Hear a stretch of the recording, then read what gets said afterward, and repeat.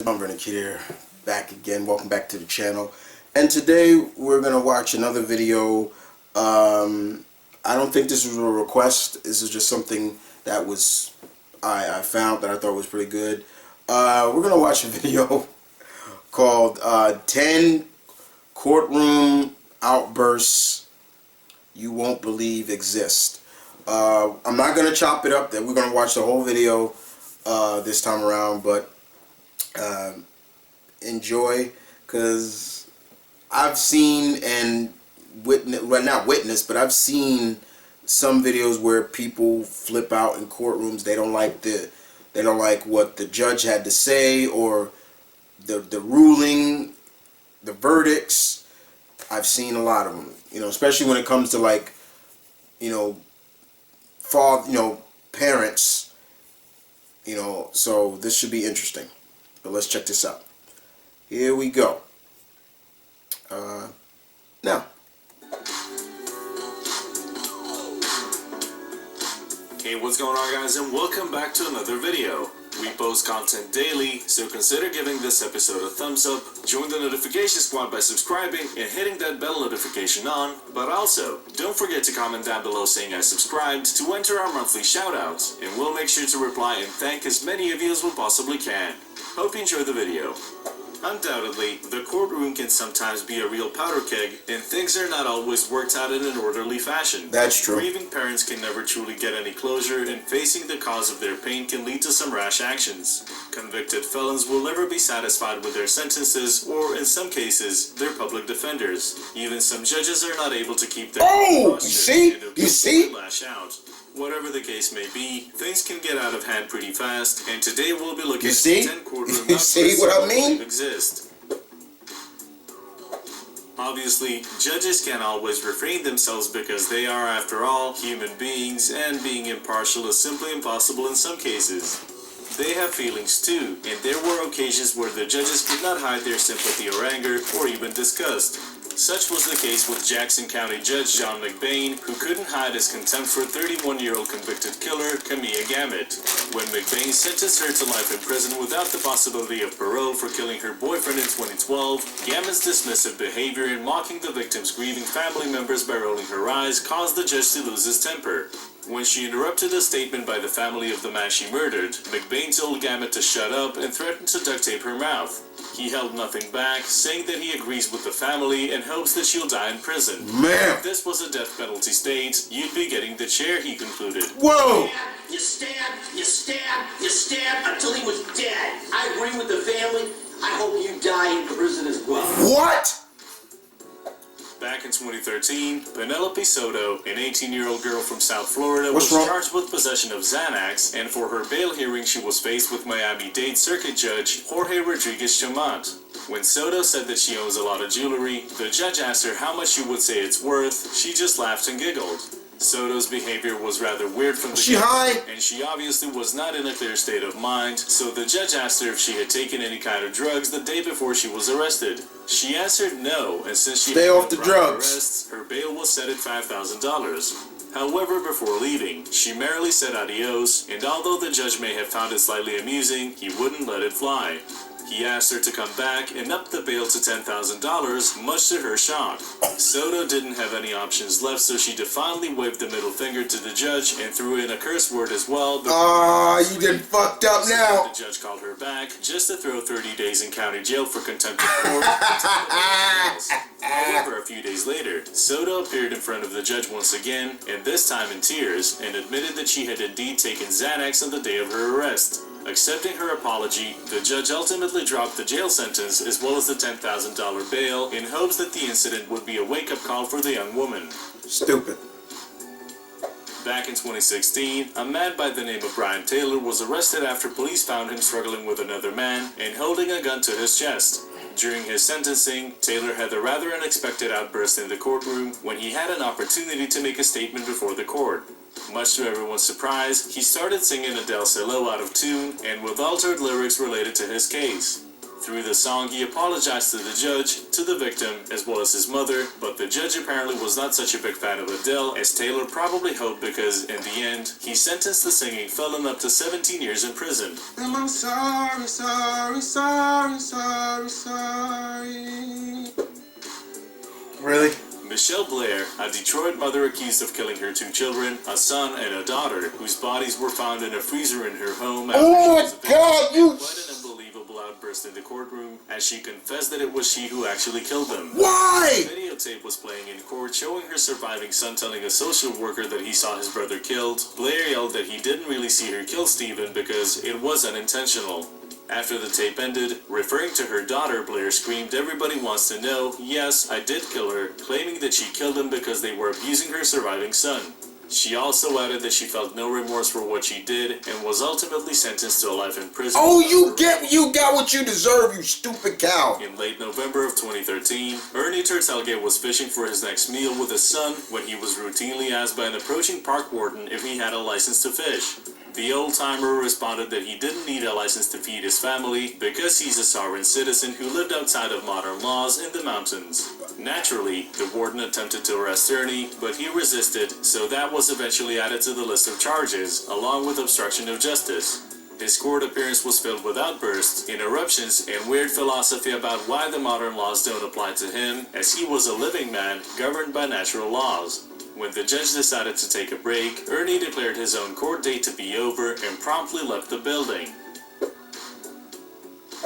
Earlier this year, Randall Margraves went through... I know this one. I know this one. To 2 of his daughters. This is the one I've seen this. Were abused by former gymnastics Yup. doctor. He tries to grab this gymnastics teacher. Nassar just sat there and shook his I don't head. blame him at all. The courtroom was Look at this pervert.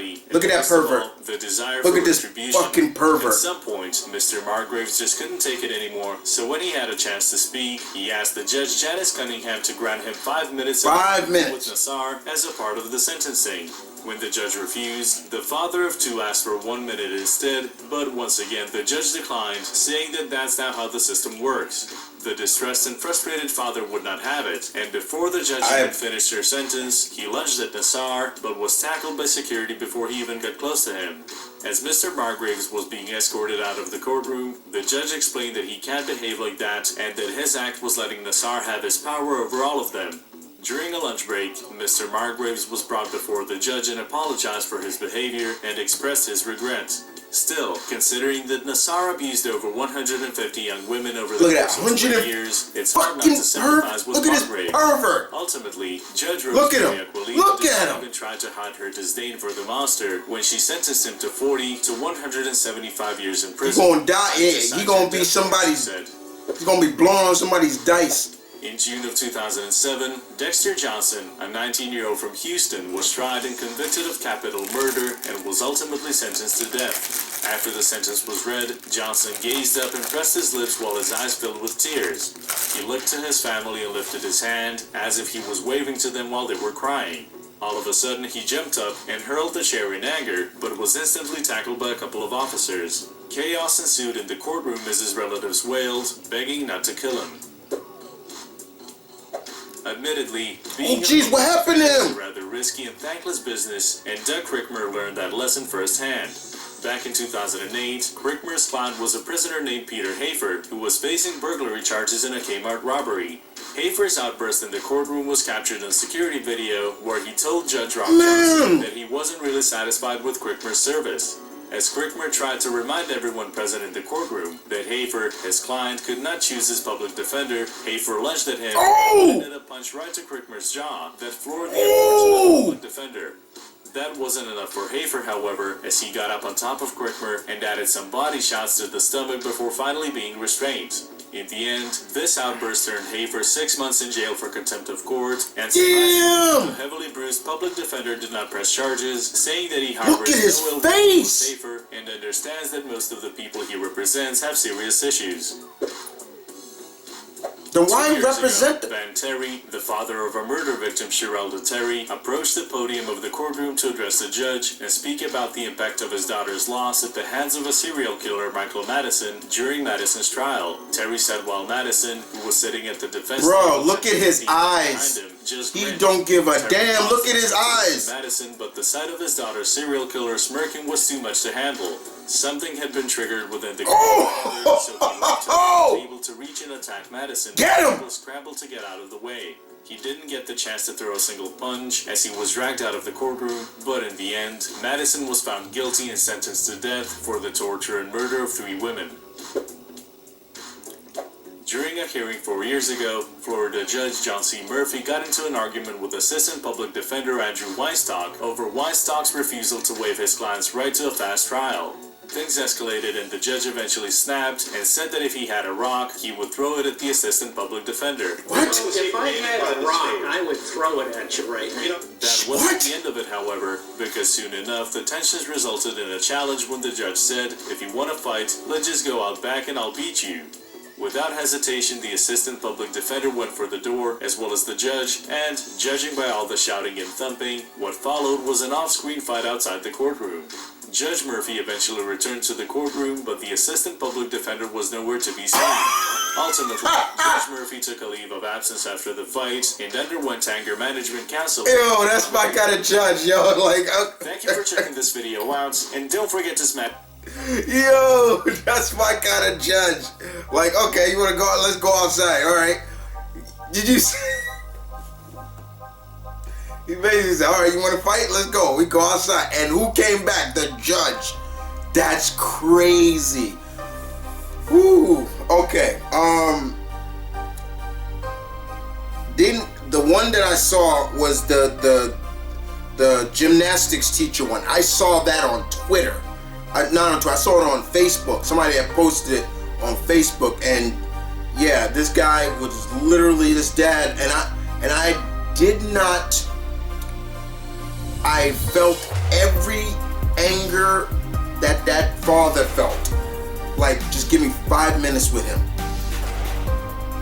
I can totally understand that.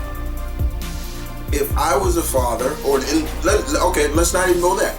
If I found out that my younger brother was molested by a teacher, a former teacher he was, and they got him, but on a different charge, and I found out, I would literally be saying the same, judge, give me 5 minutes worth. That's all I want. Just 5 minutes worth.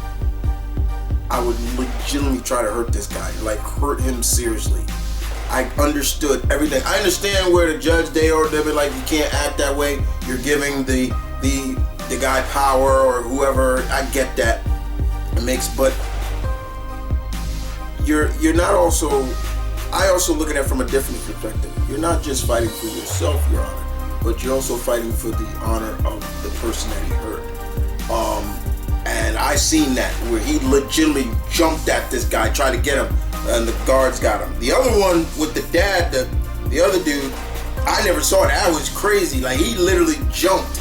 But you can see that killer, look at his face. Look at it. He had no remorse of what he did. You could look at his eyes. Eyes gave it away. He did not give a damn. You could literally look at him. He didn't care. He didn't care at all. Not a care in the world. Then the other ones, them stupid chicks. You kill your kid for what? Like, that right there is for people. I don't get that stuff. I never get it. Like, if you didn't want him, you shouldn't have fucking had him. Like, you're looking at somebody who wants children, who actually wants to be a father, and when I see stuff like that, that just is like, you should have never been blessed to have kids. Okay, that first clip with the woman that killed her boyfriend, I can see that it probably is hard to be a judge too, because you're supposed to be the echelons of the courtroom, and you're supposed to be the person that, you're the person that's supposed to be the head honcho, the big kahuna. You're supposed to see everything almost in a shade of gray, everything balanced. But whenever I see judges kind of flip that and go to a moment of like they can't take it no more, it just shows you that they're human. They're human like everybody else. I've done my civic duty for a jury, so I know what that's like to be on a jury. I've done jury duty. It was a very interesting experience for me. The first time I've been called for jury duty but never got picked. This time I actually got picked, and I had to serve the jury. It was for a fight that happened in a prison, and it was really interesting, and it was really cool to go back and debate on, was he guilty, was this person guilty. It was very educational but very enlightening as well, the way I can describe it. But I did my civic duty. But I've never seen things like that. Never happened like that. Well, I hope you guys enjoyed the video. That was very interesting indeed. I will see you guys next time with some more reactions, as always, for the channel. This is my all reaction channel, so yeah. So we'll see more. And I said before, guys, once again, if you ever feel like you want to send me something to react to, please don't hesitate to ask or hesitate. Put the link in the video with the hashtag #PleaseReactChris. And also, if I reply, I will check it a little bit just to make sure I have not seen it. If I've seen it before, then I will reply to you. I'm sorry, I've seen this. Try again. But I have a lot. I still have some request reaction to get to. But guys, it's not just it's not just about requesting. There were some things that I want to do too. So yeah. But in the meantime, you guys take care, and I'll catch you guys down the road. Deuce.